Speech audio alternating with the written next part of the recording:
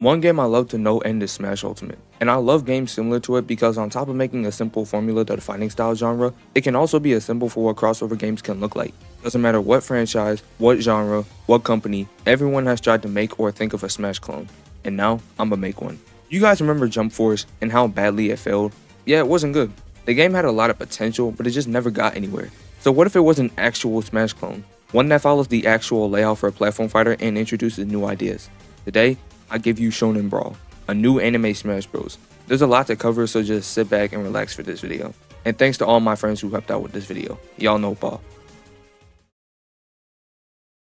Alright, so the first thing we're going to look over is the gameplay. Now, for a Smash clone, it's obviously got to follow the moveset formula. As far as how many moves there's going to be, I feel like using the multiverse moveset layout would work best here. I've always appreciated the layout something like the Nasby games have used, but I've always just liked the smaller moveset multiverses had because it doesn't feel like the moves were just thrown in out of nowhere. So each character will have the same moveset formula as Smash, just with no tilts. If it's going to be a Smash clone, then we also got to include shielding and dodging, and maybe find a way to make the dash mechanic work in a 2D plane. Also, tone down the cinematic attacks. It's cool from time to time, but not all the time. I get the whole 3D arena fighter because a lot of shonen animes have a lot of fights that move around in one area, DBZ being the first that comes to mind. But without any hazards or like real strategy to stay on stage, it really just doesn't work. Not saying turning it into a platformer would fundamentally solve that issue, but it does open up more options to create an actual challenge. If they are going to include hazards, then we can also give characters who didn't make it in a chance to interact with fighters and once again, make the game more interesting. So overall, just give us more options, 2.5 stages, and tone down the cinematic attacks so that way we can actually do combos. Next, we're talking about the story, since Jump Force had a really unclear story. The possibilities are quite literally endless because of what animes to choose from and what the plot can be about, but I'm just going to give you my dream plot because I think it could be fun. We learned that Frieza, Madara, Aizen, and Doflamingo are planning to come together and create an alliance to go across different dimensions and wipe out humanity. When hearing about the news, Goku, Luffy, Naruto, and Ichigo come together and plan to split up in order to track all of them down. Along the way, they build up teams with different anime characters because of the portals our main villains have opened up to different dimensions. DBZ teams up with MHA, One Piece teams up with Hunter x Hunter, Naruto teams up with JJK, and Bleach teams up with Demon Slayer. Maybe they'll team up with more shows, I have no idea. After they beat all the characters that were used as pawns to slow our main protagonists down, they all come back together with all of their universe's abilities, and the final fight has you tag team with all 4 of our main protagonists. After you defeat the villains, they return back to their worlds, and there's a portal that links all the different dimensions together so that way they can all see each other. There's going to be hella implications and factors you gotta take into consideration, like the powers and the way they're going to manipulate the different characters, but it's still a fun idea I had. You also gotta think about how the different anime universes will come together and interact with each other, but again, it's a fun concept. Let me know what y'all would do for a story mode. Next, we got the art style, and I'm kind of split on how I want to do this. On one hand, we can keep it like Jump Force and go for a more serious approach, and on the other hand, we can go for a 2D pencil outline type of style.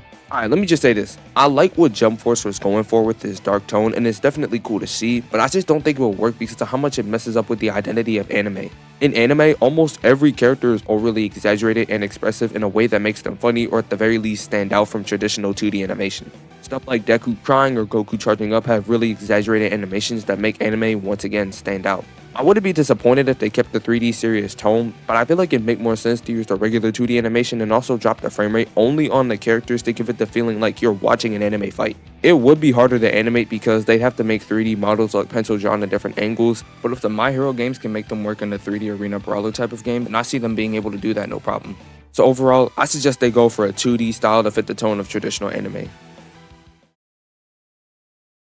Now the last part we're going to go over is the roster, and I got some of my friends to talk about their picks. Now obviously we can't cover every single anime, so if I don't got one you love, I apologize. But for the sake of this video, we're going to talk about the following animes: Dragon Ball, One Piece, Hunter x Hunter, Naruto, Yu-Gi-Oh!, JJK, Bleach, MHA, Yu Yu Hakusho, Demon Slayer, and JoJo's Bizarre Adventure. I was going to do 7 Deadly Sins and Attack on Titan, but I just ran out of time. Also, for the sake of the video, since the max amount of characters a franchise in Smash has had is 8, technically 10 with Pokemon Trainer, I'm going to show you their list of 8 characters or below while going over the different animes.